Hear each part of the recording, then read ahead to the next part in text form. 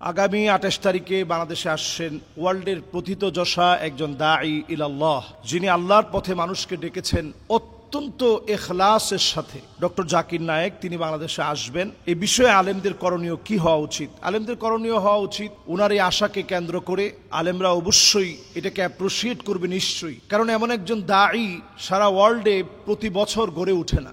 শতাব্দীর ভিতরেও কখনো এমন দাঈ পাওয়া যায় না। আমি আল আজহার বিশ্ববিদ্যালয়ে যখন সবেমাত্র ছাত্র হয়ে গেলাম, আমার পরিষ্কার খেয়াল আছে তিনি আল আজহার বিশ্ববিদ্যালয়ের একটা দাওয়াতে কনফারেন্সে তিনি এসেছিলেন এবং সেখানে বক্তব্য রেখেছিলেন। আল আজহার বিশ্ববিদ্যালয় ওনাকে দাওয়াত করে নিয়েছিলেন ওয়ার্ল্ডে দাওয়াতি কাজের এই অবদানে ওনাকে স্মরণীয় করার জন্য, সম্মানিত করার জন্য। তো আলহামদুলিল্লাহ ওনার বিনয় আমি একেবারে কাছ থেকে দেখেছি, ছাত্র জমানা থেকে। উনি ওনার একেবারে হোটেলে ডেকে নিয়ে একেবারে স্বাভাবিকভাবে কথা বলছেন। আমি কাছ থেকে ওনার পোশাক দেখেছি, একেবারে খুব সিম্পল সাধারণ পোশাক তিনি পরেন। সাধারণের ভিতরে যেটা সুন্দর হয়, অনেক সময় সাধারণ থাকার ভিতরেই সৌন্দর্য ফুটে ওঠে। তো ওনার মতো একজন বিজ্ঞ প্রাজ্ঞ দাঈ, যিনি যজুবেদ, ঋগ্বেদ, শানবেদ, অথর্ববেদ, স্মৃতি, শ্রুতি, Upanishad, New Testament, Old Testament সম্পর্কে খুব ভালো জ্ঞান রাখেন, নাস্তিকদেরকে বিতর্কের মুখে চমৎকার জবাব দিতে পারেন, সংশয়বাদীদেরকে মুখের উপর চমৎকার জবাব দিয়ে তাদের মুখ বন্ধ করতে পারেন, এরকম একজন ব্যক্তিত্ব হচ্ছে ডক্টর জাকির নায়েক।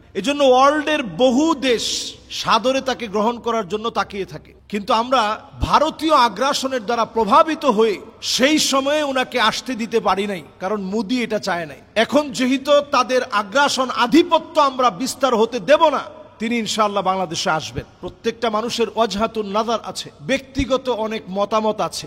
সব মত যে আমার মানতে হবে তা না। আমি ওনার সাথে নামাজে দাঁড়িয়েছি, আমার ছাত্র জীবনের কথা বলছি, ওনার সাথে আমি নামাজে দাঁড়িয়েছি, আমি দেখেছি উনি নামাজের ভিতরে নাভির একটু উপরে হাত বেঁধেছেন। আবার যখন কনফারেন্সে গিয়েছি সেখানে ওনাকে দেখেছি। এরপরে আবার তাবলিগের মারকাজে তিনি গিয়েছেন। যারা ওই সময় আমার সমসাময়িক ছাত্র ছিলেন তারা সবাই বিষয়টা জানেন, উনি তাবলিগের মারকাজে পর্যন্ত বয়ান করেছেন। ওইখানে তিনি মারকাজের বয়ানের ভিতরে উনি একেবারে নাভির নিচে হাত বেঁধেছেন, তাহতা সররা, নাভির নিচে হাত বেঁধেছেন। ভাই, ইখতিলাফের তো দরকার নেই। এই জন্য ওনার অনেক ওয়াজহাতুন নাযার, যেগুলোতে প্রশ্ন করা উনি তেমন পছন্দ করেন না, এইগুলো বাদ দিয়ে কম্পারেটিভ রিলিজিয়ানের উপরে তিনি যে খিদমত করেছেন, এই খিদমতকে হাইলাইটস করার চেষ্টা করেন। এই বিষয়ে তিনি যে খেদমত দিয়েছেন, শতাব্দীতে এমন খেদমত কল্পনা করা যায় না। আল্লাহ তাআলা এমন বিচক্ষণ ওনাকে বানিয়েছেন। তো এই জন্য উনি আসতেছে, এটা আমাদের জন্য নিঃসন্দেহে আনন্দের বিষয়। আমরা আনন্দের সাথেই ইনশাআল্লাহ ওনার সেমিনার যেখানে যেখানে হবে, যদি সুন্দরভাবে এগুলোকে প্যাট্রোনাইজ করা যায় এবং